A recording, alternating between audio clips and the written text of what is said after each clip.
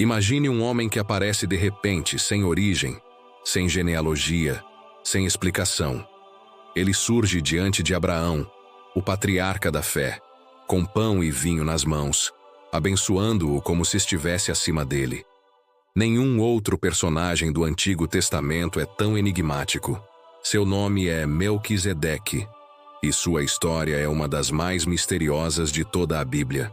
Ele é chamado de rei, também é sacerdote, mas em Hebreus, séculos depois, é descrito como alguém sem pai, sem mãe, sem princípio de dias nem fim de vida. Quem era esse homem? Um rei cananeu? Uma manifestação celestial? Ou uma prefiguração direta de Cristo? Fique até o final deste vídeo e descubra por que Melquisedeque continua desafiando teólogos, intrigando estudiosos e nos chamando a olhar além do visível. E se esse tema já te deixou curioso, aproveita esse momento para se inscrever aqui no Caminho Peregrino. E me conta nos comentários, você acha que Melquisedeque foi um homem comum ou algo a mais? Sua opinião pode iluminar outras pessoas que também buscam entender esse mistério. Melquisedeque é citado pela primeira vez em Gênesis 14.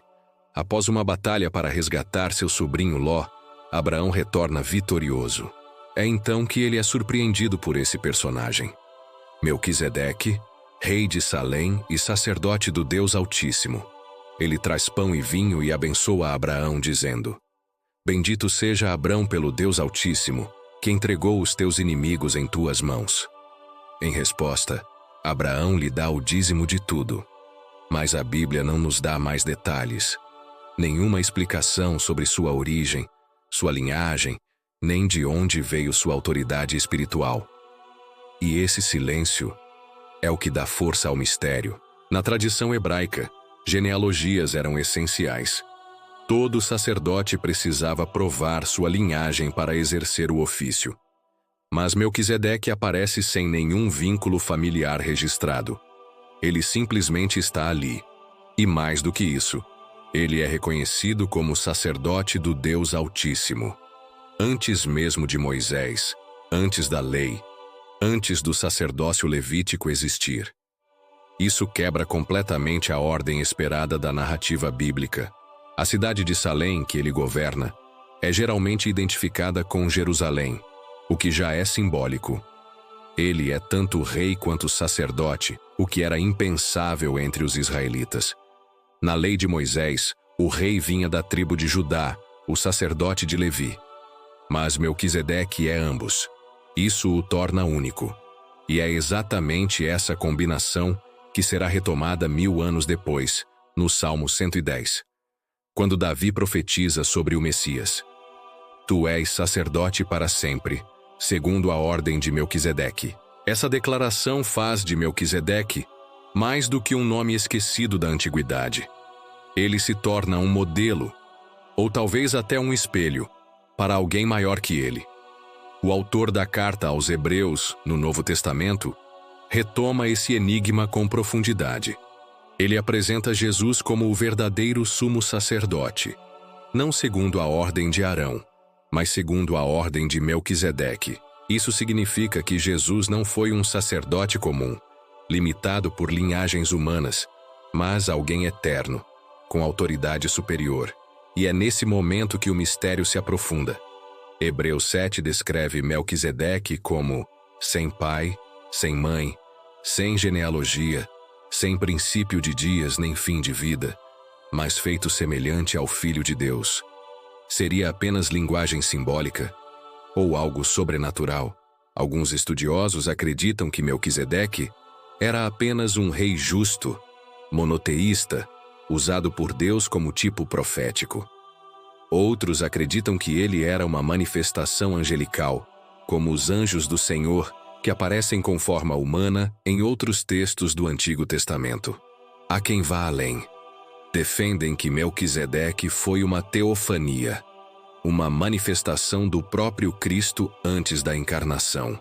Essa visão se apoia no fato de que ele é descrito como alguém eterno, sem genealogia, e que oferece pão e vinho. Elementos que séculos depois Jesus usaria para representar seu corpo e sangue na última ceia.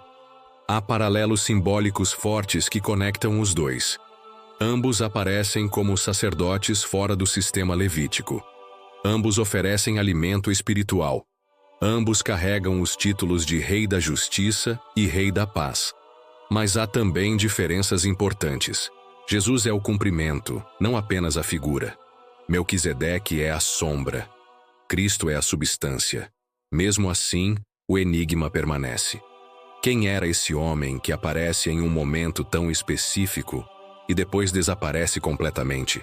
Por que ele abençoa Abraão?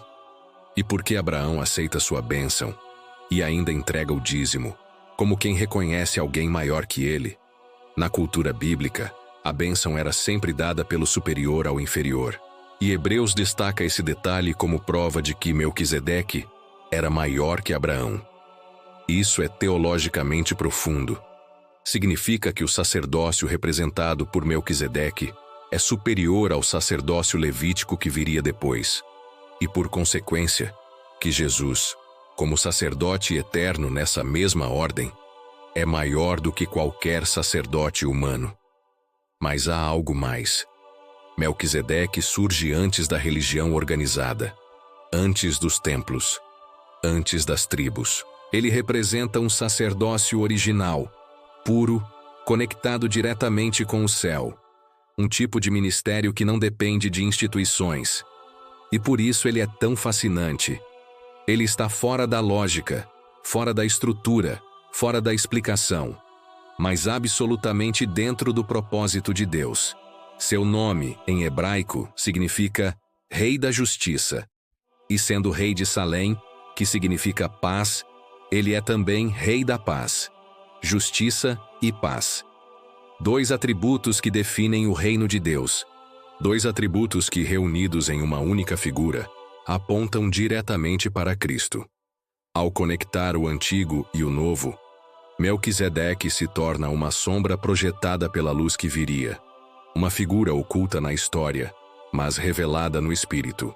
E talvez esse seja o verdadeiro propósito desse enigma.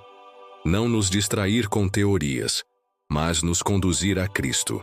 Melquisedeque não é o centro da história. Ele é o reflexo de algo maior.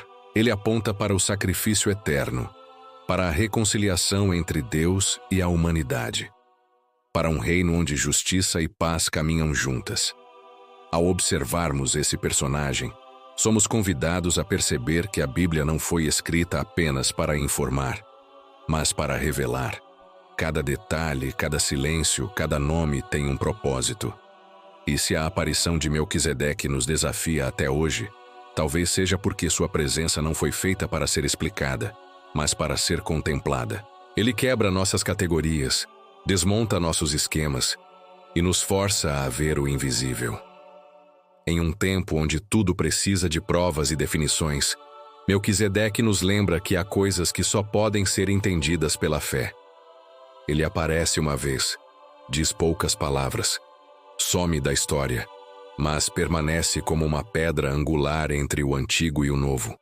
Ele nos faz lembrar que nem tudo precisa ser visível para ser verdadeiro, que nem toda resposta precisa ser lógica para ser divina, e que às vezes Deus fala justamente no silêncio das Escrituras.